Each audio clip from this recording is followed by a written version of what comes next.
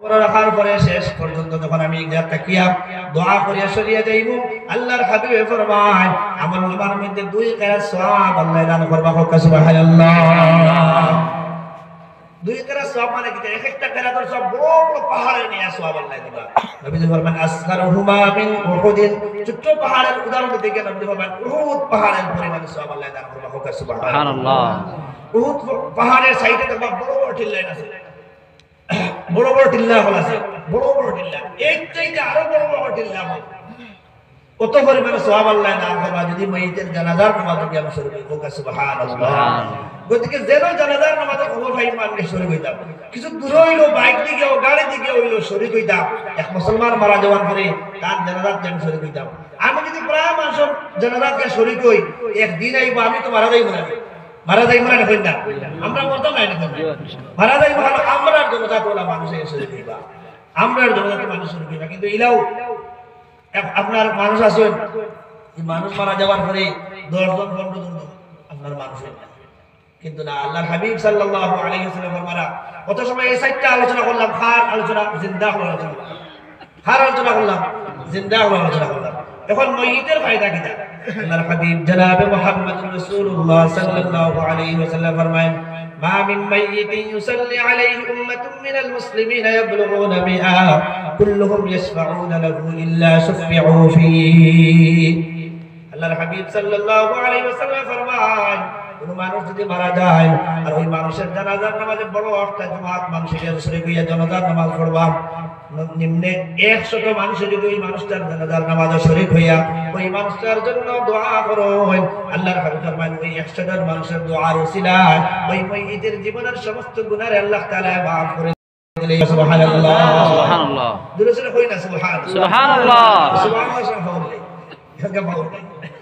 আল্লাহর হাবিব ফরমায়েন একবার সুবহানাল্লাহ কইলে আমলনামার মধ্যে 10টা নেকি লেখা হইব, আর জান্নাতের মধ্যে একটা খেজুরের গাছ রোপণ করে রাখা হইব। সুবহানাল্লাহ।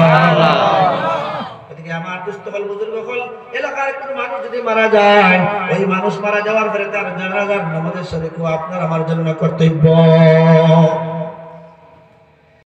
সাহাবা কইল মুসলমানের প্রতি মুসলমানের সবাসটা হক 4 নম্বর হক হলো আল্লাহর হাবিব ফরমায়েন রাদ্দুস সালাম ওয়া ইয়াদাতুল মারিদ ওয়া ইত্তিবাউল জানাইজ ওয়া ইজাবাতুদ দাওয়া। আর 5 নম্বর তাশমিতুল আতিস। 4 নম্বর ফরমান ওয়া ইজাবাতুদ দাওয়া, যদি কোনো মানুষ আপনার দাওয়াত দেয় তার দাওয়াত আপনি কবুল করতা। এলাকার একটা মানুষ এক দাওয়াত আপনার দিছে, তার দাওয়াত আপনি কবুল করতা, স্টিকারে একটা দাওয়াত দিন কবুল আপনি করলে তার বাড়িতে হাজির হইতা। তো করার আগে দাওয়াত দেওয়ার আগে যখন আমার অসুবিধা আছে, দাওয়াত কবুল করলে তার বাড়ি আপনি উপস্থিত হয়ে যান। কিন্তু বর্তমান যে সময় ওগরের বাড়ি যদি ফলায় আর ওগরের বাড়ি দেখবা উপস্থিত নাই, এলা আসলে না কিতালাই বলে দরবার ঝগড়া করিয়া মাত্রতা নাই, আশা দেওয়া নাই, দুই জালের মধ্যে সম্পর্ক নাই, জালে জালে মাত নাই, সম্পর্ক নষ্ট। এলা আসলে না বলছেন প্রায় গ্রামে আসে না, মাতেন না আপনারা। আল্লাহর হাবিব সাল্লাল্লাহু আলাইহি ওয়াসাল্লামের খিদমত এক সাহাবী বলে ইয়া রাসূলুল্লাহ আউসিনি, আমার কিছু উপদেশ দেন, নসিহত করুন। নবী ফরমালেন লা তাগযাব, তুমি গুসা করিও না, তোমার রাগ কন্ট্রোল করে নাও, তুমি দরবার ঝগড়া করিও না, তোমার স্ত্রীর লগে ঝগড়া করিও না, তোর হারে লবণ কমে গেছে ঝগড়া করিও না, কিন্তু গালাগালি করিও না, 14 গোষ্ঠী তুলে ফেলাও দেওয়া যাইবে না। তুমি তোরা সবর হয়ে নাও, ধৈর্য ধরে নাও, তোমার রাগ হচ্ছে রাগ কন্ট্রোল করে নাও, তোমার বাইর লগে ঝগড়া লাগছে তুমি কন্ট্রোল করে নাও, সঙ্গে সঙ্গে তুমি চুপ থাকি দাও। আল্লাহর হাবিব ফরমায়েন যখন তোমার রাগ উঠবে তুমি কিতা করিলাও, রাগরে কন্ট্রোল করিলাও, তুমি গুসা করিলাও। ওই সাহাবী ফারাদনা মেরারা বারবার জিজ্ঞাসা করেন ইয়া রাসূলুল্লাহ আমার কিছু নসিহত করুন, উপদেশ দেন। নবী ফরমালেন লা তাগযাব, তুমি গুসা করিও না। লাইসা আশ-শাদীদু বিস-সুরআ ইন্নামাস শাদীদু আল্লাযী ইয়ামলিকু নাফসাহু ইনদাল গাযাব। ওই মানুষটা প্রকৃতপক্ষে শক্তিশালী নয় যে মানুষটা রাগ ওঠার পরে তার প্রতিপক্ষরে দরাশাই করিয়া দেয়, তার প্রতিপক্ষরে গালিগালাজ করে মারি দেয়, ওই মানুষটার প্রতিশোধ লয়, ওই মানুষটা প্রকৃতপক্ষে শক্তিশালী নয়। বরং শক্তিশালী মানুষ হলো যার রাগের গুসা ওঠার পরে তার রাগের কন্ট্রোল করে রাখতে পারে, ওই মানুষটা হলো প্রকৃতপক্ষে শক্তিশালী। হোক সুবহানাল্লাহ। আল্লাহর হাবিব জনাব মুহাম্মদুর রাসূলুল্লাহ সাল্লাল্লাহু আলাইহি ওয়াসাল্লাম ফরমায় ইযা গাযিবা আহাদুকুম ওয়া হুয়া কায়িমুন ফালইজলিস, তোমার রাগ উঠছে কোনো কারণ বসে ভাইয়ের সঙ্গে ঝগড়া করে থাকিয়া কথা হাঁটাঘাটি লেগে না করে গেছে স্ত্রীর লগে দরবার করে যা আপনার এক জিনিস একটা যে কোনো একটা জিনিস রয়ে তুচ্ছ একটা জিনিস রয়ে রাগ উঠে গেছে আপনি খারাপ অবস্থায় আছেন দাঁড়াইল অবস্থায় আছেন সঙ্গে সঙ্গে বসিয়া যান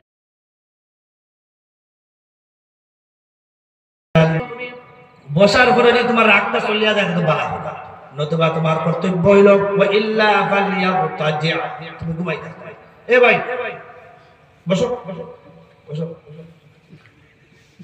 আল্লাহর হাবিব জনাব মুহাম্মদুর রাসূলুল্লাহ সাল্লাল্লাহু আলাইহি তোমরা আগে ওয়াজ শুনে দাও এই বয়সে যদি ওয়াজ শুনে আমল হয় না বড় হইলে আমল হইবে না ছোট থাকতে যে সব বড় হইলে কইতেন বেশ হয় ছোট থাকতে আমল বানাও অভ্যাস বানাও নামাজের অভ্যাস বানাও 7 বছর বয়স থেকে নামাজের ট্রেনিং দেওয়া আরম্ভ 7 বছর বয়স থেকে নামাজ পড়ে দিতাম 10 বছর পর্যন্ত সারা নামাজই বলে দিতাম 10 বছর পরে যদি নামাজ পড়ে না মা বাবার কর্তব্য এগুলো ডান্ডা দাও এগুলো ডান্ডা লাগো নামাজ ছেলে পড়ে 10 বছর থেকে 15 বছর পর্যন্ত যদি বাপে এইভাবে ওগুলো পিছনে তাকি তাকি যদি নামাজ পড়াই নিল আইন ওকে আর নামাজ চালবো না হয়ে জীবনে 7 বছর থেকে 15 বছর পর্যন্ত যদি এর পিছনে তাকি তাকি নামাজ পড়ার অভ্যাস তারে বানানো হয় তো এই ছেলে জীবনে নামাজ চালবে না চালবো না হয় জীবনে নামাজ চালবে আল্লাহ রাব্বুল আলামিন কোরআনে কারীমের মধ্যে ফরমায় ওয়া'মুর আহলাকা বিস-সালাতি ওয়াসতাবির আলাইহা লা নাসআলুকা রিজকা নাহনু নারযুকুকা ওয়াল আকিবাতু লিত-তাকওয়া তুমি নামাজের হুকুম করতে থাকো ও নবী তোমার পরিবারের সবাই নামাজের হুকুম করতে থাকো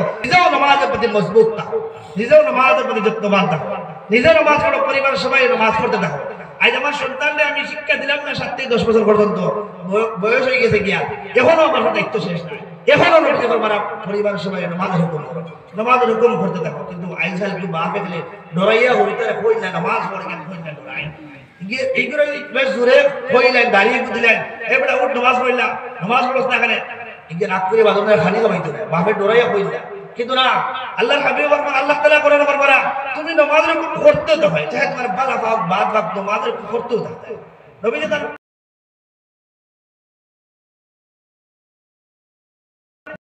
তোমার জাহান্নাম থেকে বাঁচাও আল্লাহর হাবিব ফরমান করিলেন তুমি সালাম পড়ো নিজের রব থেকে জাহান্নামের থেকে বাঁচাও ইয়ানি কুম লিস-সালাহ উঠো নামাজ পড়ো ওদিকে ফজরের নামাজের সময় টাইম হয়ে যাব আযান হয়ে যাব সঙ্গে সঙ্গে প্রত্যেকটা বাবার জন্য কর্তব্য মার জন্য কর্তব্য ডাকা এখন ডাক্তার পরিবারের সবাই ডাক্তার দায়িত্ব এটা আমার আমি জানি আমার স্ত্রী নামাজ পড়বা এরপর আমার দায়িত্ব আমি নামাজ পড়ে আবার দিকে নামাজ পড়ি নামাজ কর্তব্য ওয়া'মুর আহলাকা বিস-সালাতি ওয়াসতাবির আলাইহা নিজে নামাজের প্রতি মজবুত থাকতাম নামাজ পড়তাম পড়িয়ে গেছে স্ত্রীরা আবার দিকে নামাজ পড়ছো জানি পড়া পড়েন তারপরে গেছে এটা আমার কর্তব্য বেটিকে দুষ্ট হল বুঝতে হবে বর্তমান সময়ে এমন পরিস্থিতি দেখা দিছে নামাজের কোনো হুকুম নাই বলা হয়তো আসিল প্রত্যেকটা ডাক্তারে যখন প্রেসক্রিপশন লেখার পর লোকে অ্যান্টিবায়োটিক একটা দেয় না শুনি আপনারা অ্যান্টিবায়োটিক দেয়নি অ্যান্টিবায়োটিক দেওয়ার মতলব এটা হোক হামাই দিন অতলে মাওলার কর্তব্য বলে দেখে নামাজ পড়া না ডান্ডালে বাড়ি লাগা এখন উঠবে নামাজ এখন পড়া বহুত নামাজ পড় নামাজ পড়তে লাগে না অ্যান্টিবায়োটিকের মধ্যে যদি আপনি সত্যই ভূমিকা পালন করবেন এই সপ্তাহে নামাজ ছাড়তে না কোনোদিন এই পরিবারের ছেলে মেয়ে কেউ কোনোদিন নামাজ ছাড়তে না এখন আপনার বাবাইও নামাজ পড়বেন তাকে সারে নামাজ হ্যাঁ নিজের নামাজ নাই তো পরিবার নামাজই বন্ধ থাকে এদিকে দুষ্ট হল বুজুর্গ হল দুনিয়াটা এমন অবস্থা হয়েছে এমন পরিস্থিতি দেখা দিয়েছে খালি কিলা দৌড় খাবাই করতাম কিলা ঠা পয়সা দুটো করতাম ওহাল নিয়ে সারা ব্যস্ত হয়ে গেছে কিন্তু দিনদারির কোনো খবর নাই নামাজের কোনো খবর নাই আরে নামাজ পড়ি আমার বাকি কাজগুলো করি না